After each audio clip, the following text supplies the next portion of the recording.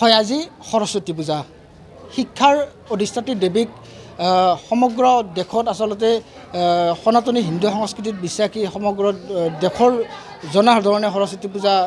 পালন কৰে আৰু বিশেষকৈ ৰাজ্যখনৰ লগতে নলবাৰীৰ বিভিন্ন ঠাইত এই সৰস্বতী পূজা পালন কৰা দেখিবলৈ পোৱা গৈছে আৰু বিশেষকৈ নলবাৰীৰ চহৰত শান্তিপুৰৰ যি হিন্দু মুছলমানৰ সমন্বয়স্থলী ৰূপে খ্যাত এই স্থলীত আচলতে দুখনকৈ শিক্ষানুষ্ঠান এখন হৈছে institute of allied health science and paramedical technology আৰু তাৰ লগতে ব্ৰাইট ষ্টাৰ একাডেমি দুখনকৈ শিক্ষানুষ্ঠানে আচলতে ইয়াত এটা সমন্বয়ৰ সমভাৱেৰে এই শিক্ষানুষ্ঠান চলাই আছে কিন্তু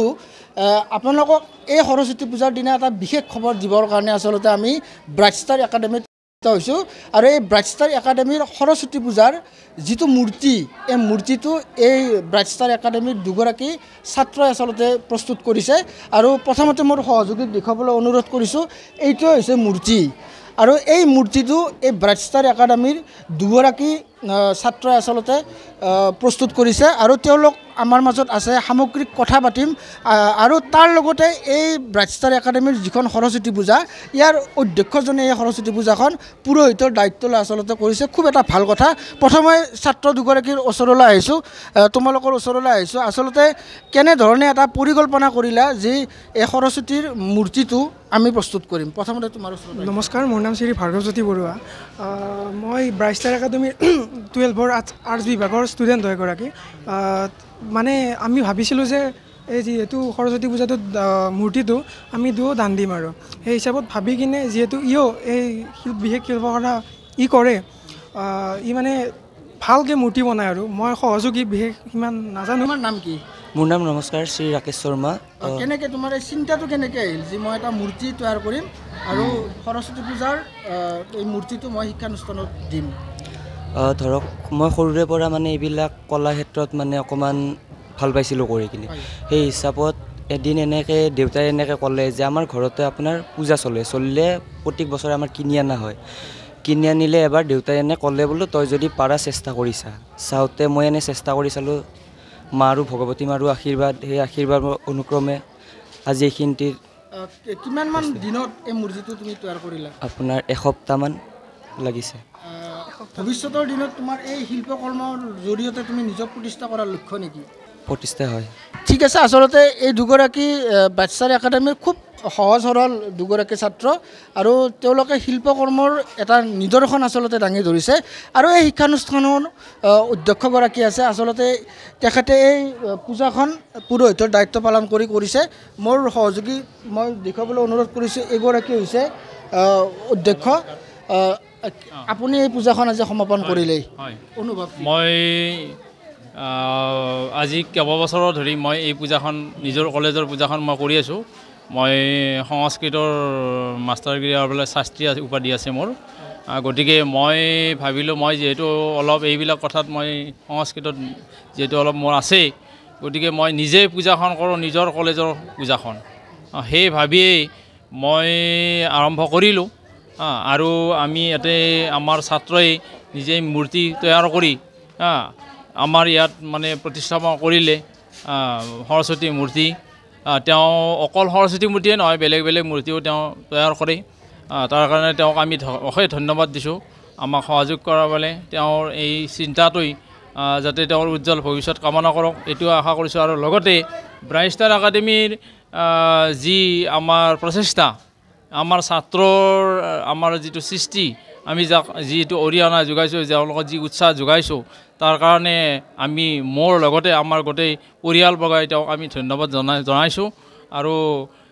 আমি এই ব্যতিক্ৰমী যিটো চিন্তা এই চিন্তাটোৰ যোগেদি আমাৰ ব্ৰাইট ষ্টাৰ একাডেমিৰ এটা ধৰ্মই যে আমি ব্যতিক্ৰমী চিন্তাৰ সদায় আমি আগবাঢ়োঁ আৰু সেই উদ্দেশ্য আগত ৰাখিয়েই আমি আজিও এইবেলিও আমি সৰস্বতী পূজাখন সুকলমে সমাপন কৰিবলৈ সক্ষম হৈছোঁ আন এগৰাকী আছে আপোনাৰ ওচৰত আহিছোঁ আজি এটা খুব শুভ মুহূৰ্ত এইকাৰণে শুভ যে আপোনালোকৰ ছাত্ৰই মূৰ্তি কৰিছে আৰু অধ্যক্ষই পুৰোহিতৰ কাম কৰি গোটেই পূজাভাগ সম্পূৰ্ণকৈ কৰিছে আপোনাৰ অনুভৱ কি নমস্কাৰ মই প্ৰথমতে আপোনাৰ এই চেনেললৈ মই আন্তৰিক শুভেচ্ছা জ্ঞাপন কৰিছোঁ তো ব্ৰাইট ষ্টাৰ একাডেমি 2000 চনত নলবাৰীৰ কেইগৰাকীমান শিক্ষানুৰাগী ব্যক্তিৰ প্ৰচেষ্টাত আৰম্ভ হৈছে আৰু আৰম্ভৰ পৰাই আমি এটা কথা সদায় মানে ব্ৰত হৈ আছোঁ যে অন্যতকৈ আমি কথাবিলাক অকণমান বেলেগকৈ চিন্তা কৰিব নোৱাৰোঁ নেকি। যেনে সৰস্বতী পূজা বুলি ক'লে আপুনি এতিয়া গম পাব বহুতৰ হয়তো খানা ৰেডিও হোৱা নাই, এনেকুৱাও আমি শুনো, আমি নাজানো। আমাৰ কিন্তু প্ৰতিটো কাৰ্যসূচী সময়ত হয়। প্ৰথম কথা 12টাত পুষ্পাঞ্জলি প্ৰদান হৈছে, 1 বজাৰ পৰা খানা আৰম্ভ হৈছে। এতিয়া আমাৰ খানা আৰম্ভ হ'ব, খানা এতিয়া শেষ হ'ব 2 বজাৰ লগে লগে শেষ হ'ব। আৰু আমাৰ এই পূজাখনৰ ক্ষেত্ৰত আজি 4-5 বছৰৰ পৰা যেতিয়াৰ পৰা আমাৰ অধ্যক্ষ ছাৰে যিহেতু তেখেতে সংস্কৃত সাহিত্যৰ সৈতে জড়িত, গতিকে তেখেতে যিহেতু এই সংস্কৃত মানে শক্তিৰ লগত জড়িত, শক্তি হেৰিৰ লগত জড়িত, তেখেত শাস্ত্ৰী, গতিকে তেখেতে যিহেতু নিজে আগবাঢ়ি মানে পূজাৰ দায়িত্বটো লৈছে যে আমাৰ ছাত্ৰ ছাত্ৰীসকলৰ মংগল কামনা আমি যিমান কামনা কৰিছোঁ তাতকৈ ডেফিনেটলি কোনো পুৰোহিত বা কোনোই সিমান চিন্তা নকৰে কিজানি, মোৰ ধাৰণা এইটো। গতিকে আমি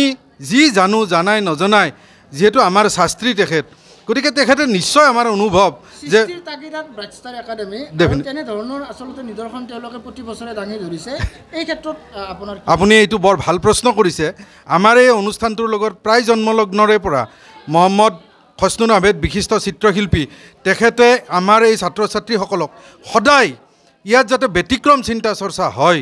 তাৰ কাৰণে আমাৰ মৰমৰ ছাত্ৰ ৰাকেশ ভাৰ্গৱ এওঁলোকে মূৰ্তিৰ দায়িত্ব ল'লে। যে আমি ভাবিছিলোঁ যে এওঁলোকে মূৰ্তি কেনেকৈ বনাব, কয় বোলে নহয় ছাৰ আমি বনাম। তো আপোনালোকে দেখিলে যে আমি সঁচাকৈ অন্যতকৈ অলপ হ'লেও ব্যতিক্ৰমী চিন্তা চৰ্চাৰে সৰস্বতী মাইৰ পাদপদ্মত এপাহ ফুল দিয়াৰ কাৰণে আমি অন্তৰৰ পৰা আমি বিচাৰিছোঁ। আমাৰ মূল উদ্দেশ্য হ'ল আমাৰ ছাত্ৰ ছাত্ৰীয়ে সৰস্বতী মাইক, আমাৰ শিক্ষাগুৰুৱে সৰস্বতী মাইক প্লিজ কৰাৰ, আমি মানে সন্তুষ্ট কৰাৰ প্ৰয়াস কৰিছোঁ। আমাৰতো আৰু বহুত বেছি একো নাই, গতিকে আমি তেওঁক মাক কেনেদৰে সন্তুষ্ট কৰিব পাৰিম, আমি যথাসাধ্যে আমি সন্তুষ্ট কৰাৰ প্ৰয়াস কৰিছোঁ। ধন্যবাদ। আচলতে এনেধৰণে এই শিক্ষানুষ্ঠানখনৰ শিক্ষাগুৰুসকলে নিজৰ অনুভৱ ব্যক্ত কৰিছে আৰু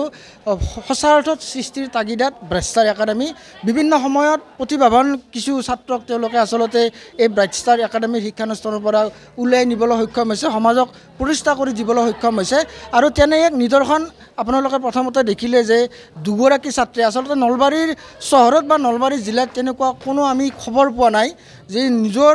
শিক্ষানুষ্ঠানৰ ছাত্ৰই মূৰ্তি প্ৰস্তুত কৰি পূজা ভাগ আগবঢ়াইছে বা পূজা কৰিছে, তেনে খবৰ আমি পোৱা নাছিলোঁ। আৰু ব্ৰাইট ষ্টাৰ একাডেমিৰ ছাত্ৰই আচলতে এনেধৰণৰ